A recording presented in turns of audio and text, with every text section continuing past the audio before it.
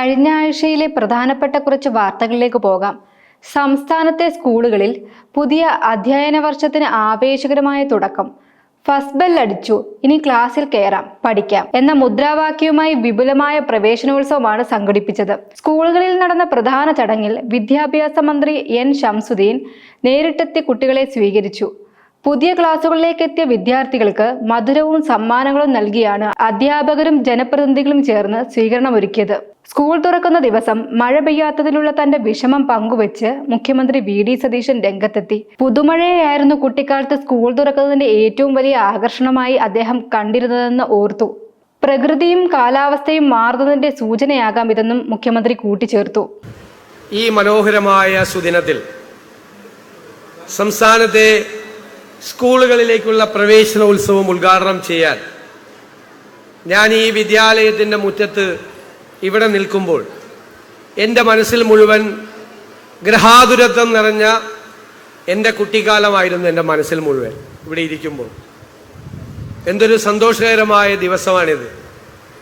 പക്ഷെ എനിക്കൊരു സങ്കടമുണ്ട് ഇന്നത്തെ ദിവസം. കാരണം മഴ പെയ്യുന്നില്ല എന്നുള്ളതാണ് സങ്കടം.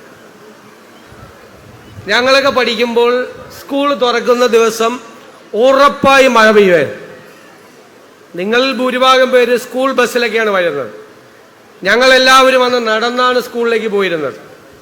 വെള്ളം തട്ടിത്തെറിപ്പിച്ച്, കുറേ മഴ കൊണ്ട്, കുടയുണ്ടെങ്കിലും കുട മാറ്റിപ്പിടിച്ച് അങ്ങോട്ടും ഇങ്ങോട്ടും കളിച്ച് വളർന്നൊരു വരവുണ്ട്. മഴയില്ലാത്തതിൻ്റെ ഒരു വിഷമം എനിക്ക് തോന്നുന്നു. ഈ പ്രാവശ്യം പറയുന്നത് കാലാവസ്ഥാ വ്യതിയാനമൊക്കെ ആയതുകൊണ്ട് ഒരാഴ്ച കൂടി വൈകുമെന്നാണ് പറയുന്നത് മൺസൂൺ വരാൻ വേണ്ടി. മൺസൂൺ വന്നാൽ പിന്നെ മഴയാണ്, പിന്നെ 2 മാസത്തേക്ക് വലിയ മഴയാണ്. അത് സ്കൂൾ തുറക്കുന്നതിൻ്റെ ഒരു ഭാഗമായിട്ടാണ് ഞങ്ങളെല്ലാം കുഞ്ഞുനാളിലെ കരുതിയിരുന്നത്. കാലവർഷം ശക്തമാകുന്നതിന് മുന്നോടിയായി ഇടുക്കി ജില്ലയിലെ മഴക്കാല ഒരുക്കങ്ങൾ വിലയിരുത്താൻ മന്ത്രി അനൂപ് ജേക്കബിന്റെ അധ്യക്ഷതയിൽ അടിയന്തര യോഗം ചേർന്നു. മലയോര മേഖലയായ ഇടുക്കിയിൽ ഉരുൾപൊട്ടൽ, മണ്ണിടിച്ചിൽ തുടങ്ങിയ ഭീഷണികൾ നിലനിൽക്കുന്നതിനാൽ അതീവ ജാഗ്രത പാലിക്കാൻ മന്ത്രി നിർദ്ദേശിച്ചു. ജനങ്ങളുടെ ജീവനും സ്വത്തിനും ഭീഷണിയാകുന്ന അപകടങ്ങൾ മുൻകൂട്ടി കണ്ട് വേഗത്തിലും കൃത്യതയോടെയും പ്രതിരോധ നടപടികൾ സ്വീകരിക്കാൻ എല്ലാ വകുപ്പുകൾക്കും മന്ത്രി കർശന നിർദ്ദേശം നൽകി. വൾണറബിൾ ഏരിയാസ് ഓൾറെഡി ഐഡന്റിഫൈ ചെയ്തിട്ടുണ്ട് എല്ലാ താലൂക്കുകളിലും. അതനുസരിച്ച് അവിടെയുള്ള മാറ്റിപ്പാർപ്പിക്കേണ്ട ഇങ്ങനൊരു അപകടകരമായ സാഹചര്യം വന്നാൽ ഒരു അപകടം ഉണ്ടാവാവുന്ന സ്ഥലം കണക്കാക്കി അവിടെ നിന്ന് മാറ്റിപ്പാർപ്പിക്കേണ്ടവരുടെ ലിസ്റ്റ് എടുക്കുകയും അതനുസരിച്ച് ക്യാമ്പുകൾ സജ്ജമാക്കുകയും ചെയ്തിട്ടുണ്ട്. ഏതെങ്കിലും ഡേഞ്ചർ സിറ്റുവേഷൻ വരുവാണെങ്കിൽ ജില്ലാ ഭരണകൂടത്തിൽ നിന്നുള്ള നിർദ്ദേശത്തിൻ്റെ അടിസ്ഥാനത്തിൽ അത്തരത്തിലുള്ള കുടുംബങ്ങളെ അടിയന്തരമായി മാറ്റിപ്പാർപ്പിക്കാനുള്ള സ്ഥലങ്ങൾ ഐഡൻറ്റിഫൈ ചെയ്ത് മാറ്റിപ്പാർപ്പിക്കും. അതിനകത്ത് 2 ക്യാമ്പുകൾ കൂടി ഇൻസ്റ്റിറ്റ്യൂട്ട് ചെയ്യേണ്ടതായിട്ടുണ്ട്. അത് ഈ ആഴ്ച തന്നെ അതിൻ്റെ നടപടികൾ പൂർത്തിയാവും. പിന്നെ ഒപ്പം തന്നെ അതിനോടനുബന്ധിച്ചുള്ള ആംബുലൻസ് സൗകര്യങ്ങൾ, JCB അടക്കമുള്ള എല്ലാ മെറ്റീരിയൽസ്, എക്യുപ്മെൻറ്റ്സ് ഫയർഫോഴ്സും പോലീസും റവന്യൂവും കേന്ദ്രീകൃതമായി അത് നൽകിയിട്ടുണ്ട്. പോലീസ് ആവശ്യപ്പെട്ടത് അവർക്ക് ഡ്രോൺ സേവനത്തിൻ്റെ ഒരു ആവശ്യകത ഇന്നത്തെ മീറ്റിങ്ങിൽ അവർ ഉന്നയിച്ചിട്ടുണ്ട്. അതിനുവേണ്ടിയുള്ള നടപടികൾ സ്വീകരിക്കാൻ കളക്ടറോട് നിർദ്ദേശിച്ചിട്ടുമുണ്ട്. അതിനുള്ള ക്രമീകരണങ്ങൾ ഉണ്ടാവും. കാരണം ഡ്രോൺ സൗകര്യങ്ങൾ ഉണ്ടെങ്കിൽ കുറച്ചുകൂടി ഏതെങ്കിലും നമുക്ക് കണ്ടെത്താൻ കഴിയാത്ത സ്ഥലങ്ങളിൽ ഡ്രോണിൻ്റെ സേവനങ്ങൾ ഉപയോഗിച്ച് വിവിധ ഇഷ്യൂസ് നമുക്ക് ഐഡൻറ്റിഫൈ ചെയ്ത് എടുക്കുക എന്നുള്ളതാണ് അതുവഴി ലക്ഷ്യം വെച്ചിരിക്കുന്നത്.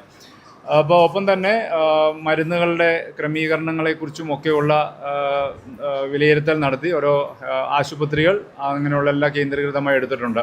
അപ്പോൾ ഓരോ വർഷം ചെല്ലുന്തോറും കാലാവസ്ഥയിൽ വലിയ മാറ്റങ്ങളാണ് വന്നുകൊണ്ടിരിക്കുന്നത്. അതുകൊണ്ട് തന്നെ ഏറ്റവും ചെറിയ ഒരു മാറ്റം പോലും സസൂക്ഷ്മം നിരീക്ഷിച്ചുകൊണ്ടാണ് ഗവൺമെൻറ് മുമ്പോട്ട് പോവുകയുള്ളൂ. ഡിസാസ്റ്റർ മാനേജ്മെൻറ്റും അതിൻ്റേതായ കേന്ദ്രീകൃതമായ നിലയിൽ തന്നെയാണ് നീങ്ങിക്കൊണ്ടിരിക്കുന്നത്. അടുത്തതായുള്ള പ്രധാനപ്പെട്ട വാർത്ത, രാജ്യത്ത് തുടർച്ചയായി ഉണ്ടാകുന്ന പാചകവാതക വിലവർദ്ധനവ് സാധാരണക്കാരെ മാത്രമല്ല സ്കൂൾ കുട്ടികളുടെ ഉച്ചക്കഞ്ഞി വിതരണത്തെയും പ്രതിസന്ധിയിലാക്കിയിരിക്കുകയാണെന്ന് MV ഗോവിന്ദൻ പറഞ്ഞു. ഗ്യാസ് വില കൂടിയതോടെ ഹോട്ടലുകളും റെസ്റ്റോറന്റുകളും വലിയ സാമ്പത്തിക ബാധ്യതയിലാണ്.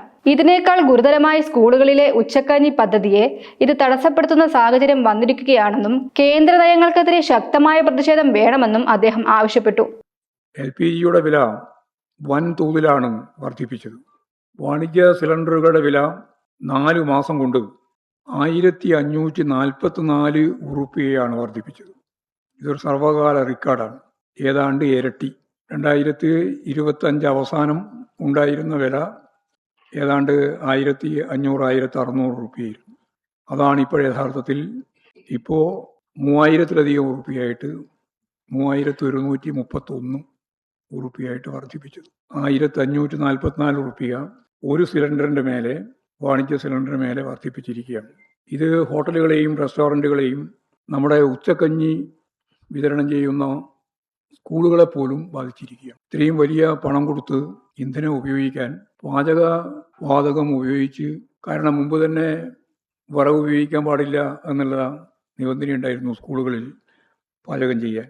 അതൊരിക്കൽ പിൻവലിച്ചു. പക്ഷേ കേന്ദ്രത്തിൻ്റെ സമ്മർദ്ദം കൊണ്ട് വീണ്ടും അത് പാചകം മുഴുവൻ ഗ്യാസ് തന്നെ ആവണം എന്ന് തീരുമാനിച്ചു. എങ്ങനെയാണ് അവിടെ ഈ പറയുന്ന വാണിജ്യ സിലിണ്ടറിൻ്റെ വിലയാണ് അവർ കൊടുക്കേണ്ടത്, സ്കൂളുകളിൽ കൊടുക്കേണ്ടത്. വലിയ രീതിയിലുള്ള പ്രയാസമാണ് ഹോട്ടലുകളിലും റെസ്റ്റോറൻറ്റുകളിലും ഉൾപ്പെടെ വലിയ രീതിയിൽ വില വർദ്ധിക്കുകയാണ്. അടുത്ത പ്രധാനപ്പെട്ട വാർത്ത എന്ന് പറയുന്നത്, വാഹനാപകടത്തിൽ ഗുരുതരമായി പരിക്കേറ്റ മസ്തിഷ്ക മരണം സംഭവിച്ച 22-കാരനായ അർജുൻ മരണശേഷവും ജീവന്റെ വലിയൊരു മാതൃകയായി മാറി. തീരാ ദുഃഖത്തിനിടയിലും അർജുന്റെ അവയവങ്ങൾ ദാനം ചെയ്യാൻ കുടുംബം മുന്നോട്ട് വരികയായിരുന്നു. കേസ് ഓട്ടോയുടെ മികച്ച ഏകോപനത്തിലും ആരോഗ്യ പ്രവർത്തകരുടെ പ്രയത്നത്തിലുമാണ് അവയവദാന പ്രക്രിയ വിജയകരമായി പൂർത്തിയാക്കിയത്. അർജുന്റെ ഹൃദയം എയർ ആംബുലൻസിലൂടെ കൊച്ചിയിലെ ആശുപത്രിയിലെത്തിച്ചു. ഹൃദയം, കരൾ, 2 വൃക്കകൾ എന്നിവയിലൂടെ 4 കുടുംബങ്ങൾക്കാണ് ഈ യുവാവ് പുതുജീവൻ സമ്മാനിച്ചത്. തിരുവനന്തപുരം കഴക്കൂട്ടത്ത് CPM-ന് വലിയ രാഷ്ട്രീയ തിരിച്ചടി. മുൻ ഏരിയ സെക്രട്ടറിയും മുതിർന്ന നേതാവുമായ SS ബിജു പാർട്ടി ബന്ധം പൂർണ്ണമായും അവസാനിപ്പിച്ച് BJP-യിൽ ചേർന്നു. BJP ജില്ലാ കമ്മിറ്റി ഓഫീസായ മാരാർജി ഭവനിൽ നടന്ന ചടങ്ങിൽ പാർട്ടി നേതാക്കൾ അദ്ദേഹത്തിന് ഔദ്യോഗികമായി അംഗത്വം നൽകി. വരും ദിവസങ്ങളിൽ കൂടുതൽ പേർ പാർട്ടി വിടുമെന്നാണ് സൂചന. പൊതുപ്രവർത്തന മേഖലയിൽ ഒരു മാറ്റമുണ്ടാവണം എന്ന് ഉടനെ തോന്നിയതല്ല. കുറേ കാലം CPM-ൻ്റെ ഉള്ളിലെ തന്നെ വിഭാഗീയതയുടെ ഒരു വലിയ ഇരയായിരുന്നു ഞാൻ. അതിനകത്തു നിന്നുള്ള വിഭാഗീയതയെ ചെറുത്ത് സത്യസന്ധമായി CPM രൂപീകരിച്ചത് എന്തിനാണോ ആ നിലപാടുകളിൽ നിന്ന് വ്യതിയാനം വരാതെ ആ നിലപാടുകളിൽ ഉറച്ച് മുന്നോട്ട് പോകാൻ വേണ്ടിയിട്ടുള്ള പരിശ്രമം പാർട്ടിക്കകത്ത് കഠിനമായി നടത്തേണ്ടതായിട്ട് വന്നു. അത് നടത്തുന്നതുകൊണ്ട് പ്രശ്നമില്ല. കാരണം എന്തിനാണോ പാർട്ടി രൂപീകരിച്ചത്, ആ പാർട്ടി രൂപീകരിച്ചതിൻ്റെ ലക്ഷ്യം അതിൽ നിന്ന് ഒരു കേഡർ അകന്നു പോകാൻ പാടില്ല എന്നുള്ള സ്റ്റാർട്ടിങ് കൊണ്ടാണ്. അത് ന്യായമായും ഒരു കമ്മ്യൂണിസ്റ്റ് കേഡറിന് ഉണ്ടാവേണ്ടതാണ് എന്നാണ് ഞാൻ വിശ്വസിച്ചത്. പക്ഷേ അങ്ങനെയല്ല. കേരളം ഇതുവരെ ഒരു സർക്കാരും നേരിട്ടിട്ടില്ലാത്ത കടുത്ത സാമ്പത്തിക പ്രതിസന്ധിയിലൂടെയാണ് കടന്നു പോകുന്നതെന്ന് മുഖ്യമന്ത്രി VD സതീശൻ വ്യക്തമാക്കി. 35,000 കോടി രൂപയുടെ പ്ലാനിൽ 25,500 കോടിയോളം രൂപ നിലവിൽ ലഭ്യമല്ല. ഇതിനു പുറമെ മുൻ സർക്കാർ വരുത്തിവെച്ച ബാധ്യതകളിൽ 21,690 കോടി രൂപയോളം ഉടനടി കൊടുത്തു തീർക്കേണ്ടതുണ്ടെന്നും അദ്ദേഹം ചൂണ്ടിക്കാട്ടി. ഞാൻ നിയമസഭയിൽ പറഞ്ഞതുപോലെ ഈ ധവളപത്രം ഒരു കുറ്റാന്വേഷണ റിപ്പോർട്ടോ ഒരു പൊളിറ്റിക്കൽ ഡോക്യുമെന്റോ ഒന്നുമല്ല. സർക്കാർ അധികാരമേക്കുന്ന സമയത്ത് fiscal health of the state ആണ്. സംസ്ഥാനത്തിന്റെ സാമ്പത്തിക ആരോഗ്യം എന്താണ് എന്ന് എല്ലാ വിഭാഗം ജനങ്ങളെയും, സാധാരണക്കാരായ ആളുകളെ ഉൾപ്പെടെയുള്ളവരെ ബോധ്യപ്പെടുത്തുന്നതിനുള്ള ഡോക്യുമെന്റാണ്. എത്ര വരുമാനം നമുക്ക് ലഭിക്കുന്നു, എത്ര ചെലവഴിക്കുന്നു, എത്ര ബാധ്യതകളുണ്ട്, ഭാവിയിൽ എത്ര സാമ്പത്തിക പ്രതിസന്ധികൾ ഉണ്ടാകും എന്നെല്ലാമാണ് ഇതിൽ പറയുന്നത്. വൈറ്റ് പേപ്പർ അനിവാര്യമാകുന്ന മറ്റൊരു പ്രധാന കാരണം പുതിയ സർക്കാർ അവതരിപ്പിക്കാൻ പോകുന്ന ബജറ്റിന്റെ പശ്ചാത്തലത്തിലാണ്. വിശ്വാസികളായ ആളുകൾക്ക് കമ്മ്യൂണിസ്റ്റ് പാർട്ടിയിൽ സ്ഥാനമില്ല എന്ന രീതിയിൽ പ്രതിപക്ഷം നടത്തുന്ന പ്രചാരണങ്ങൾ തികച്ചും തെറ്റാണെന്ന് ശരി. ഇത്തരം വ്യാജ പ്രചാരണങ്ങൾ രാഷ്ട്രീയ ലാഭത്തിന് വേണ്ടിയുള്ളതാണ്. ചില പ്രധാനപ്പെട്ട രാഷ്ട്രീയ സാമൂഹിക വിഷയങ്ങളിൽ മുസ്ലിം ലീഗ് നേതാക്കൾ ജനങ്ങളോട് കൃത്യമായ മറുപടി പറയണമെന്നും ജലീൽ വാർത്താ സമ്മേളനത്തിൽ ആവശ്യപ്പെട്ടു. ഇടതുപക്ഷം ആരോടും നിങ്ങളുടെ മതപരമായ ആചാരങ്ങൾ, അനുഷ്ഠാനങ്ങൾ സ്വകാര്യമായി നിങ്ങളുടെ ജീവിതത്തിൽ ആചരിക്കരുത് എന്ന് ഒരു ഘട്ടത്തിലും പറഞ്ഞിട്ടില്ല, പറയുകയുമില്ല. അതെനിക്ക് ബോധ്യമാണ്. CPIM-ന്റെ 3 ജാഥകളിൽ ഞാൻ അംഗമായിരുന്നു. ഒരു സന്ദർഭത്തിൽ പോലും ഒരു മതാചാരവും എനിക്ക് ഉപേക്ഷിക്കേണ്ടി വന്നിട്ടില്ല, ലംഘിക്കേണ്ടി വന്നിട്ടില്ല. കേരളത്തിലെ നിലവിലെ സാമ്പത്തിക സ്ഥിതി അതീവ ഗുരുതരമായ അവസ്ഥയിലാണെന്ന് മുൻ കേന്ദ്രമന്ത്രി രാജീവ് ചന്ദ്രശേഖർ പറഞ്ഞു. സംസ്ഥാന സർക്കാരിന്റെ തെറ്റായ ധനവിനിയോഗമാണ് ഇതിന് കാരണം. ഈ സാമ്പത്തിക പ്രതിസന്ധി തുടങ്ങിയാൽ ഭാവിയിൽ സംസ്ഥാനത്ത് നടപ്പിലാക്കാൻ ഉദ്ദേശിക്കുന്ന പല വൻകിട വികസന പദ്ധതികളെയും അടിസ്ഥാന സൗകര്യ വികസനങ്ങളെയും ഇത് ദോഷകരമായി ബാധിക്കുമെന്നും അദ്ദേഹം മുന്നറിയിപ്പ് നൽകി. ഈ CPM സർക്കാർ നമ്മുടെ നാടിൻ്റെ ഇക്കോണമിയിൽ തകർക്കുന്നു. പൊളിഞ്ഞു കിടക്കുന്ന ഒരു ഇക്കോണമിയാണ്. വികസനം ഒന്നും ഇവർക്ക് ചെയ്യാൻ സാധിക്കാത്ത ഏറ്റവും പ്രധാനപ്പെട്ട കാരണം അവർ 10 കൊല്ലം ഇക്കണോമിക് മിസ്മാനേജ്മെൻ്റ് ആയിരുന്നു എന്ന് ഞാൻ ഒരു കൊല്ലം എല്ലാ വേദിയിലും എല്ലാ യോഗത്തിലും പറഞ്ഞതായിരുന്നു. അപ്പം എനിക്ക് ആദ്യമായിട്ടൊരു അഭ്യർത്ഥന, മാധ്യമ സുഹൃത്തെല്ലാം ഈ ധവളപത്രം വായിക്കണം. നമ്മളുടെ സംസ്ഥാനത്തിൻ്റെ സാമ്പത്തിക സ്ഥിതി മോശം, ദുർബലം എന്ന് പറഞ്ഞാൽ മാത്രം പോരാ. നമ്മുടെ ഭാവി ബാധിക്കുന്ന ഒരു സ്ഥിതിയിലാണ് നമ്മൾ കൊണ്ടുവന്നിരിക്കുന്നത്.